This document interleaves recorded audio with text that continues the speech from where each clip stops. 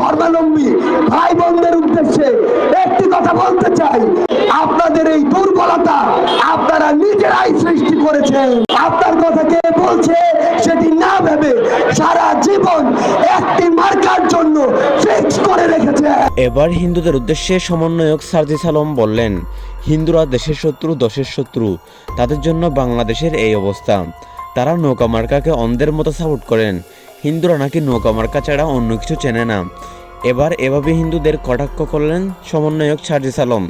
কিছুদিন আগে কিশোরগঞ্জের একটি ছাত্র নাগরিকের মিটিংয়ে এ বক্তব্য দেন সার্জিস আলম। সমন্বয়ক সার্জিস আলম মিটিংয়ে আরও বলেছিলেন, বাংলাদেশের হিন্দুদের শেখ হাসিনা ছাড়া চলে না। এই মত পাল্টা দেওয়া হবে হিন্দুদের, নাইলে এটা তাদের ভবিষ্যতের জন্য বড় একটি নেতিবাচক বিপদ বয়ে নিয়ে আসবে। এই ভাষণ দেওয়ার পর থেকে রাজধানীর বিভিন্ন জায়গায় সার্জিস আলমের বিরুদ্ধে আন্দোলন এবং গণমিছিল করেন হিন্দুরা। আন্দোলনের মধ্যে হিন্দুরা বলছেন, সার্জিস আলম এর বক্তব্য সম্পূর্ণ উস্কানিমূলক। সার্জিস আলমকে জনসম্মুখে এসে ক্ষমা চাইতে হবে, নাইলে এই আন্দোলন থামবে না। আর ভবিষ্যতে এরকম উস্কানিমূলক বার্তা যেন কেউ দিতে না পারে, এ বিষয়ে আইনি ব্যবস্থা গ্রহণ করতে হবে প্রশাসনকে। নয়তো হিন্দুদের আন্দোলন আরও গভীর থেকে গভীর হবে, হিন্দুদের আন্দোলন বন্ধ হবে না। এবার এভাবে হিন্দুরা ডাইরেক্ট সার্জিস আলমের বিরুদ্ধে আলটিমেটাম দিলেন।